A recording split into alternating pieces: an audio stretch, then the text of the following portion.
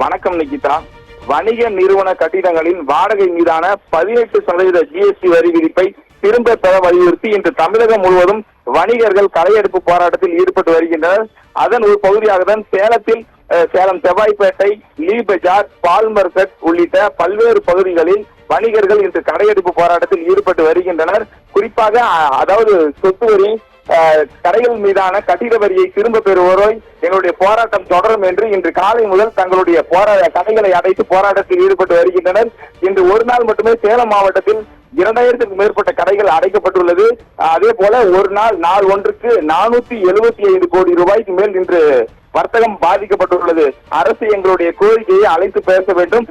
இல்லை என்றால் அடுத்த கட்ட போராட்டம், அதாவது காலவரையற்ற கடையெடுப்பு போராட்டத்தை நடத்தவும் நாங்கள் அஞ்ச மாட்டோம் என்று ஒரு எச்சரிக்கையும் விடுத்துள்ளனர்.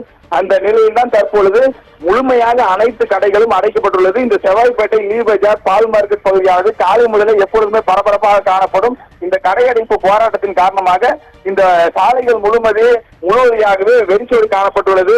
இந்த கடையெடுப்பு போராட்டம் என்பது முழுமையாக எங்களுடைய கோரிக்கை நிறைவேறும் வரை அடுத்த கட்ட போராட்டம் தொடரும் என்று கூறி தற்பொழுது வணிகர்கள் அனைவருமே கடையெடுப்பு போராட்டத்தில் ஈடுபட்டு வருகின்றனர். சேலம் மாவட்டத்தை பொறுத்தவரை இந்த ஜிஎஸ்டி விதிப்பை திரும்ப பெற வலியுறுத்தி இவர்களுக்கு ஆதரவாக 13 சங்கங்கள், அரிசி ஆலைகள், பருப்பு ஆலைகள் உள்ளிட்ட 13 சங்கங்களும் இவர்களுக்கு ஆதரவு தெரிவித்து இன்று ஒரு நாள் கடையெடுப்பு போராட்டத்தில் ஈடுபட்டு வருகின்றனர். நிகிதா.